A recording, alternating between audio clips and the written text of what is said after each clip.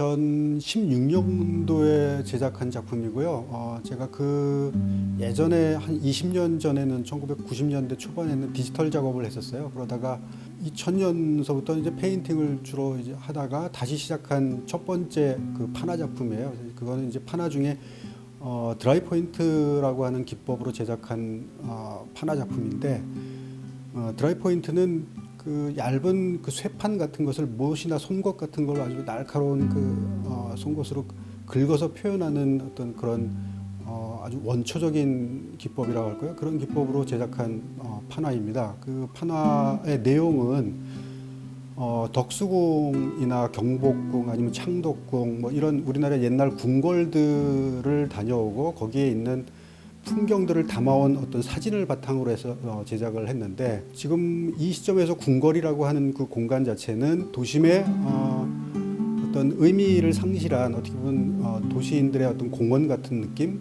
어떻게 보면 박제화됐다고 할까요? 어떤 그런 공간을 달아봄으로써 우리 근현대사의 어떤 질곡의 어떤 그 역사 뭐 이런 것들을 담아본 작품이라고 할 수 있습니다.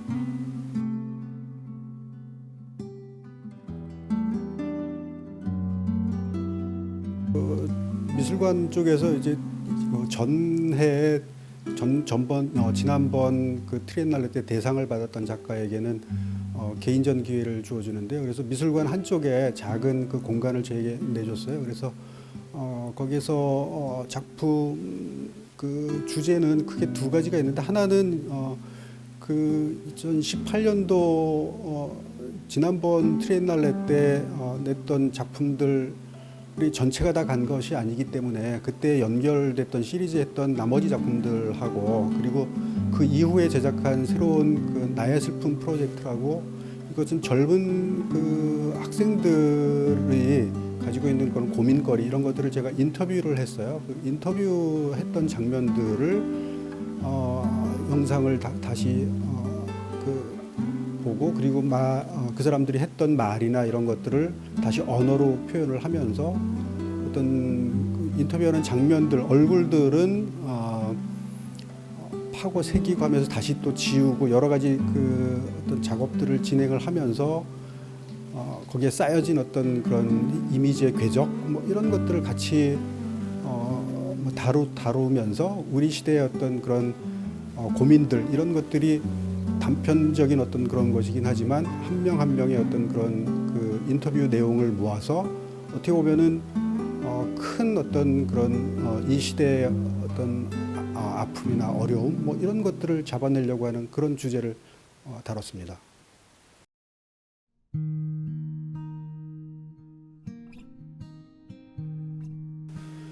작업실이 한 20여 년 전에 경기도 광주 쪽에 이렇게 시골에 있어요. 그래서 산책을 하면서 그때 봤던 어떤 풍경들 뭐 이런 것들을 사진에 담거나, 아니면 평소에 읽는 시라든가 뭐 이런 책들에서 영감을 받은 것들을 메모를 해놓거나, 아니면 SNS나 이런 데서 지인들이 올려놓은 사진들, 그리고 우리나라 아니면 뭐 SNS라는 것은 전 세적으로 이렇게 어떻게 보면 네트워크가 이렇게 있으니까 동시간에 이렇게 올라오잖아요. 그런 것들을 보고 어떤 사건이나 사고 뭐 이런 것들을 캡처해 놓기도 하고 합니다. 그런 데서 제 작품의 어떤 그 주제도 나오고 소재도 거기서 선정을 하죠.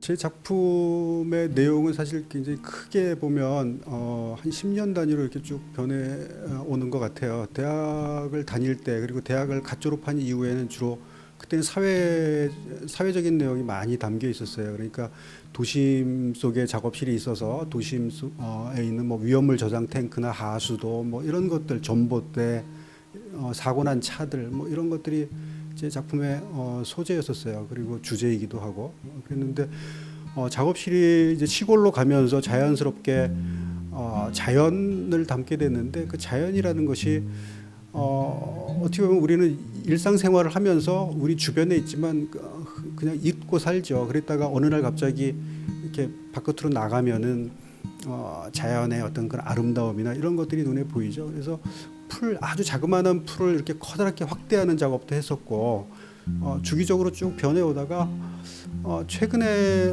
내 작품의 사회가 이게 반영되는 것은 상당히 간접적으로 되는 것 같아요. 그러니까 언뜻 보면은 여기에 사회적인 내용이 있는지를 잘 사람들이 눈치채지 못하는데 내가 말을 하거나 아니면 내가 써놓은 글을 보거나 아니면 내 작품의 제목을 보거나 하면서 의문을 갖게 되죠. 여기 왜 이런 제목이 있을까라고 읽으려고 노력을 하면서 내가 반영하려고 하는 어떤 그런 사회적인 메시지 뭐 이런 것들이 들어오게 되는 것 같아요. 그런 점에서 보면은 이미지는 되게 편안한 자연 이미지이기도 하지만 어떤 예를 들자면 그러니까 제가 저의 산책 코스 중에 이제 대지산 그 위쪽까지 쭉 올라갔다 내려오면 아주 거기 자연이 아주 어느 날 갑자기 거기에 큰 뭐 편말이 적혀 있는 거예요. 6.25 때 격전지였다는 거예요. 그러면서 유해가 발견이 됐다는 거예요. 그 순간 단순히 내가 그렸던 풍경이라는 것이 그냥 자연이 아니구나. 이것은 우리의 어떤 아픈 역사가 있는 어떤 그리고 또 예를 들면 제주에서 있었던 그런 4.3 사건 같은 거 이런 것들이 제주도 우리 놀러 가잖아요. 흔히 뭐 바위도 좋고 바람, 뭐 산 모든 것들이 다 같이 있으니까 그렇지만 조금만 이렇게 눈여겨 보면 거기에 아픈 사건들이 있고 그리고 이 제주도 돌 보면은 그 구멍이 숭숭숭 나 있는데 나는 그런 상상을 해봤어요. 거기에 그 4.3 사건 얼마 안 됐거든요, 사실은. 거기에 숭숭 쌓인 그 돌에 박힌 먼지들이나 이런 것들이 뭐 애니미즘 같은 그런 사고가 아니더라 하더라도 누구나 다 흔히 그 먼지라는 것이 뭐 어떤 건지 뭐 이런 것들은 흔히 우리가 연결 지을 수 있다는 거죠. 그래서 그림을 그릴 때 풍경화를 그리지만 어떤 그런 나하고 이렇게 가까이 있는 어떤 그런 사건들 뭐 이런 것들을 담으려고 노력을 하죠. 그런 것들이 눈에 사실 잘 보이진 않습니다.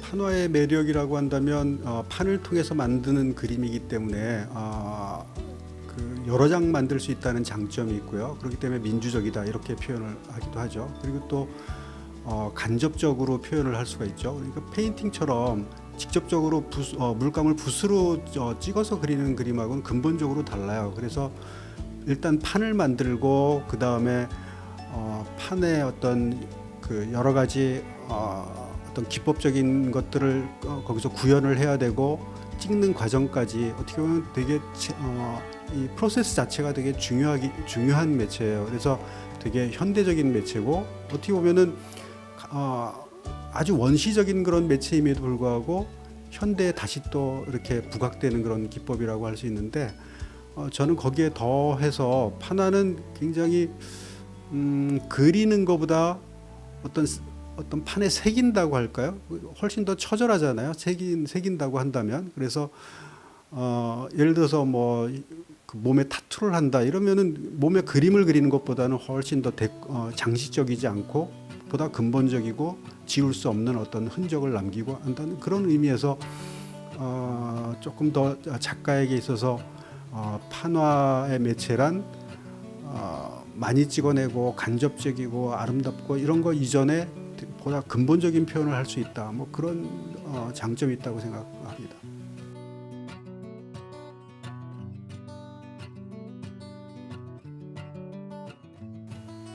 네, 자연하면 사실 그 자체로 완벽하고 아름다워요. 근데 자연을 그린 그 그림들은 우리 동양에도 많이 있었고 서양에도 있었고 미술사 보면 이미 많은 작가들이 그 아름다움에 대해서 칭송하고 있어요. 근데 21세기에 사는 작가 그리고 대한민국에 사는 작가로서 어떤 자연을 바라보는 어떤 태도는 굉장히 많이 또 다를 것 같아요. 그러니까 뭐 작가로서 이거는 그림을 그리면서 항상 고민하는 문제이기도 하지만 어떻게 하면 내 풍경화가 동시대적일까? 뭐 그런 거에 대해서 고민을 많이 하고요. 또 나는 동북아시아에서 사는데 이 동북아시아에서 사는 작가가 그러니까 미국 작가나 유럽 작가하고는 뭔가 다른 지점이 있어야 될 거란 말이에요.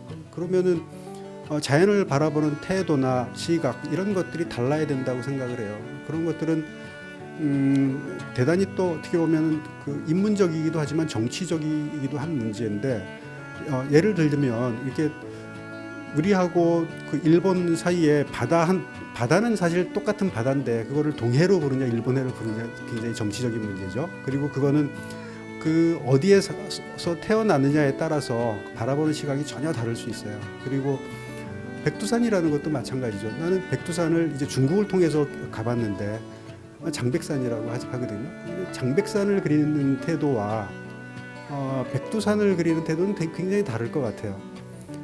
그런 식으로 뭔가 자연은 그냥 아름다움만 주는 어떤 그런 대상이 아니라 하나의 다시 해석되는 그런 자연이랄까요? 뭐 그런 것들을 담으려고 노력을 하죠.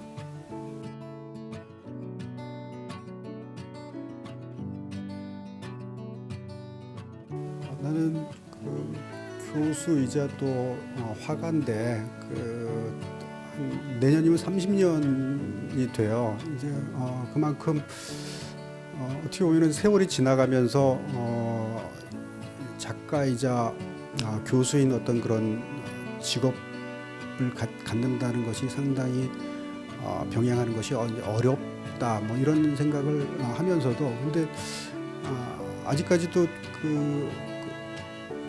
유지하고 있는 거는 내가 대학 졸업하면서 1년에 한 번씩은 예를 들어 농사꾼이 농사지어서 수확하는 것처럼 적어도 1년에 한 번씩은 개인전 한다라고 생각을 했는데 아직까지는 그렇게 잘 하고 있는 것 같아요. 그리고 앞으로도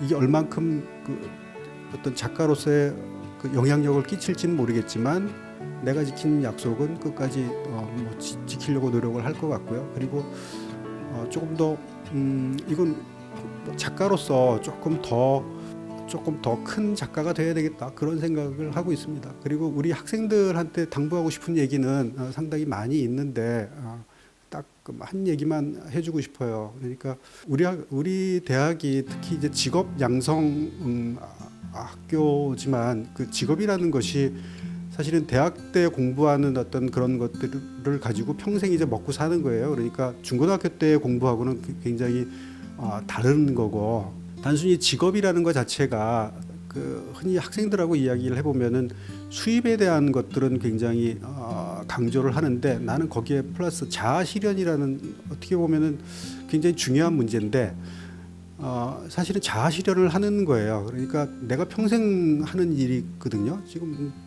몇 살까지 살지 모르겠지만 굉장히 오래 산단 말이에요, 사람들이. 그러면은 20대에 졸업을 하고 그 몇 년간 배우는 거 가지고 평생을 이제 그 분야에서 살아야 되는데 그거는 계속 공부를 하고 연구를 하고 그래야지 그게 직업이 있는 것이지 잠깐 배우고서 그거 가지고서 수입이 생긴다고 해서 직업이 아니다. 뭐 그런 이야기를 좀 다시 강조해서 해주고 싶어요.